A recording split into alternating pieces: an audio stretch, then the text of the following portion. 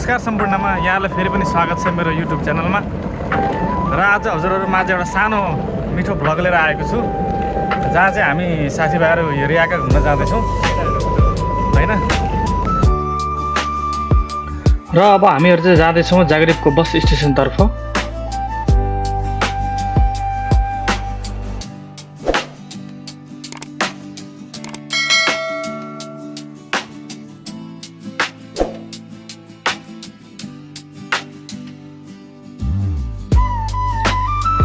र त्यसपछि हामीहरु चाहिँ अब यहाँ बस स्टेसनमा आइसकेको छौं। र यो चाहिँ फ्लिक्स बस रहेको छ, युरोपमा चाहिँ एकदम पपुलर रहेको छ यो चाहिँ यात्रा गर्नको लागि। र यो चाहिँ रहेको छ जागरिपको बस स्टेसन। र यतातिर हाम्रो साथीहरु आउँदै हुनुहुन्छ।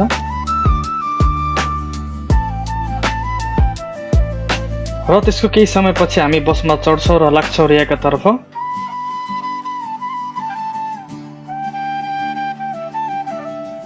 र टाइमिङको कुरा गर्नु पर्दाखेरि चाहिँ यो जागरिपदेखि चाहिँ 2 देखि 2.5 घण्टासम्म लाग्छ। तपाईको त्यसमा अब ट्राफिकको पनि कुरा आउँछ, अब कतिको जाममा पर्नुहुन्छ तपाई भनेर।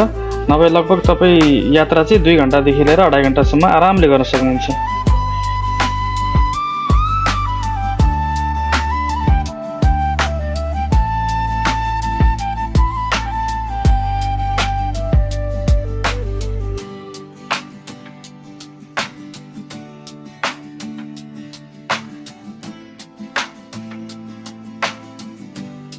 र त्यसको केही समयपछि हामीहरु चाहिँ पुग्छौं रियाका।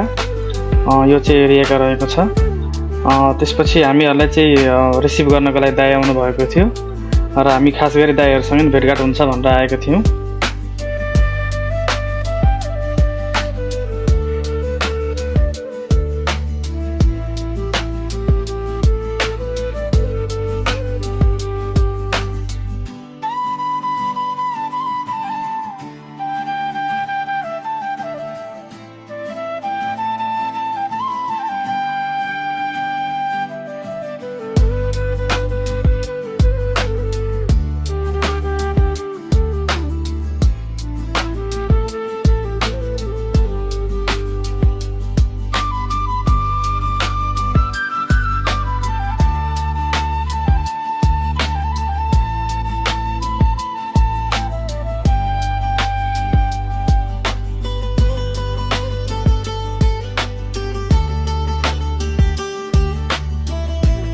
र वहाँ पुग्दा पुग्दै बेलुका भएको कारणले गर्दाखेरि हामी त्यो दिन चाहिँ खासै कतै घुम्न गएनौं।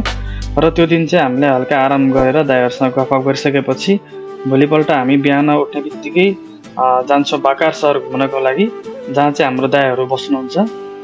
जस्तै कि तपाईले देख्न सक्नुहुन्छ कति राम्रो वातावरण छ यहाँ। तपाईको चाहिँ डाँडातिर पुरा शहरहरु चाहिँ घरहरु बनिएको छ र माथि डाँडामा तपाईले देख्न सक्नुहुन्छ कस्तो राम्रो फ्लाइओभर बनिएको छ।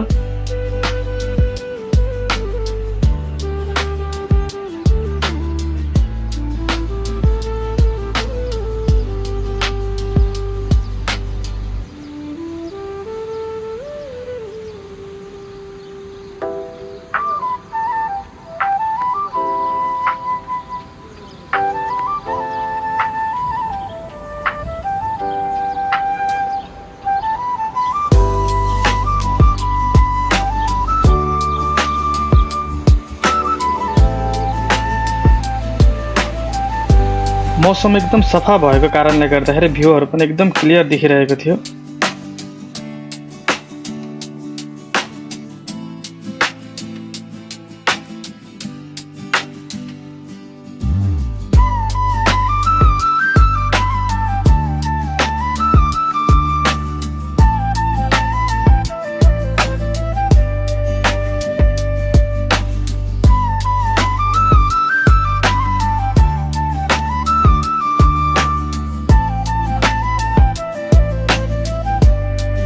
र बिहानको हल्का घुमघामपछि हामी सबैजना साथीभाइहरु जम्मा भएर खानेपिने कार्यक्रमहरु पनि गरियो र एकदम रमाइलो टाइम स्पेन्ड गरियो।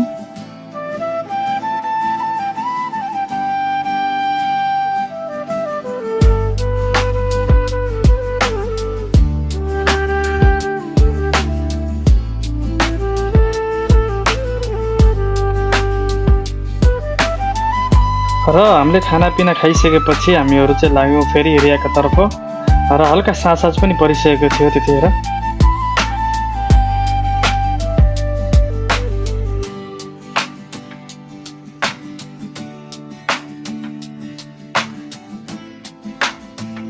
र यो चाहिँ पोर्ट रहेको छ यहाँको।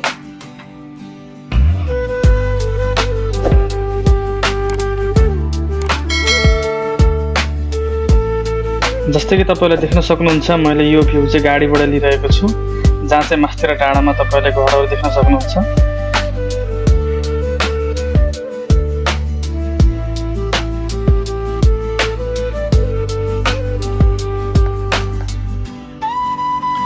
र त्यसपछि हामीले गाडी चाहिँ पार्किङमा पार्क गऱ्यौँ र पार्क गरिसकेपछि हामीहरू चाहिँ हिँडेरै जाने निर्णय गरियो, किनभने हिँडेर जाँदाखेरि चाहिँ हामीले चारैतिरको भ्यूहरू पनि हेर्न पाइन्छ र रमाइलोसँग घुम्न पाइन्छ भनेर।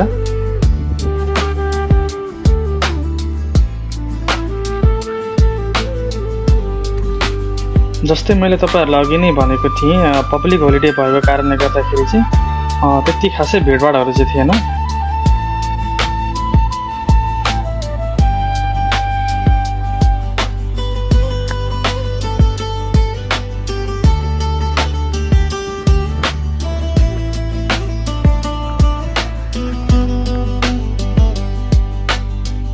रियकाको विशेषता भनेको यहाँ एकै ठाउँबाट एड्रियाटिक सी र पहाड दुवैको आनन्द लिन सकिन्छ। बिहान समुद्र हेर्न सकिन्छ भने केही मिनेटमै पहाडी क्षेत्रमा पुग्न पनि सकिन्छ। साँझको बेलामा घुम्न एकदमै रमाइलो भइरहेको थियो, मौसम पनि एकदम शीतलै थियो र त्यसपछि दाइहरूसँग कुराकानी गर्दै हामी चाहिँ अगाडि बढिरहेको थियौँ र दाइहरूले भन्दै हुनुहुन्थ्यो यहाँनिर चाहिँ तपाईँको नर्मल डेहरू भन्दा नि छुट्टीको दिनमा चाहिँ एकदम भिड हुन्छ भन्दै हुनुहुन्थ्यो। जस्तै कि पब्लिक होलिडे भएको कारणले गर्दाखेरि मान्छेहरू त्यति खासै देखेको थिएन। त्यही पनि तपाईँले देख्न सक्नुहुन्छ, हल्का फुल्का पब्लिकहरू चाहिँ देख्न सकिन्छ हामीले।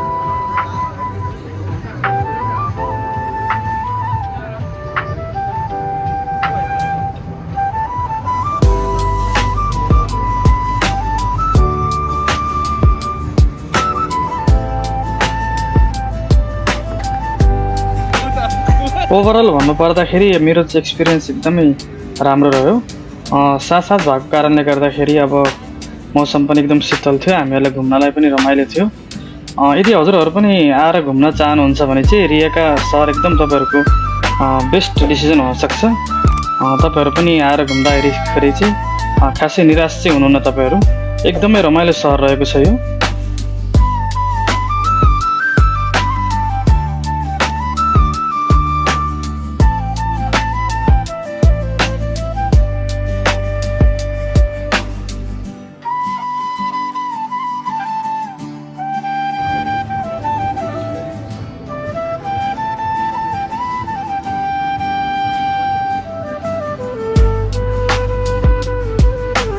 सन् 2020मा रियका युरोपियन क्यापिटल अफ कल्चर बनेको थियो। यहाँ पुरानो इतिहाससँगै आधुनिक कला सांस्कृतिक र कार्यक्रमहरू पनि धेरै लोकप्रिय छन्।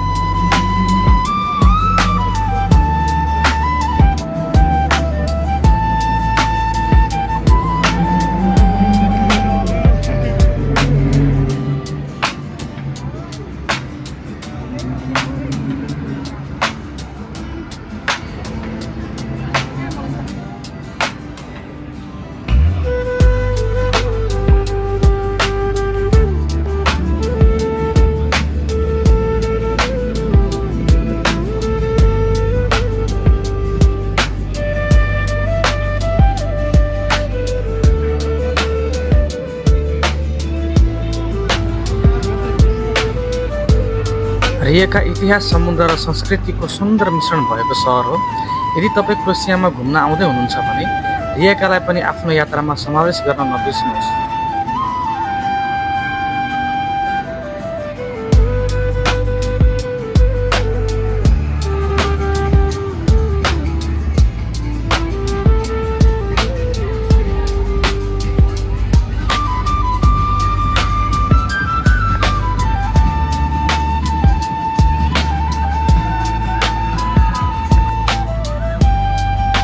सी साइडतिरको त झन् कुरै नगरौँ, त्यहाँको एम्बियन्स पनि एकदम रमाइलो र चिल थियो।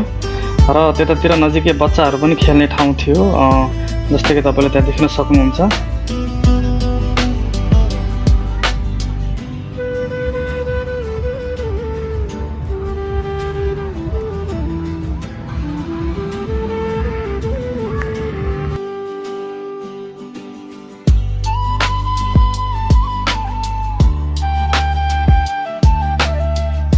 र रियाका सहर घुमिसकेपछि अब हाम्रो चाहिँ प्लान छ भोलिको केआरके बीच आइल्यान्ड घुम्न जाने प्लान छ। त्यहाँको बारेमा नि म तपाईँलाई भिडियो बनाएर अवश्य नै देखाउने छु। त्यहाँ के कस्तो भ्यूहरू रहेको छ, कतिको रमाइलो छ, के छ भनेर। यदि हजुरहरूलाई मेरो भिडियो मनपर्छ भने मेरो च्यानललाई लाइक, कमेन्ट, सेयर अनि सब्सक्राइब गर्न नबिर्सिनु होला।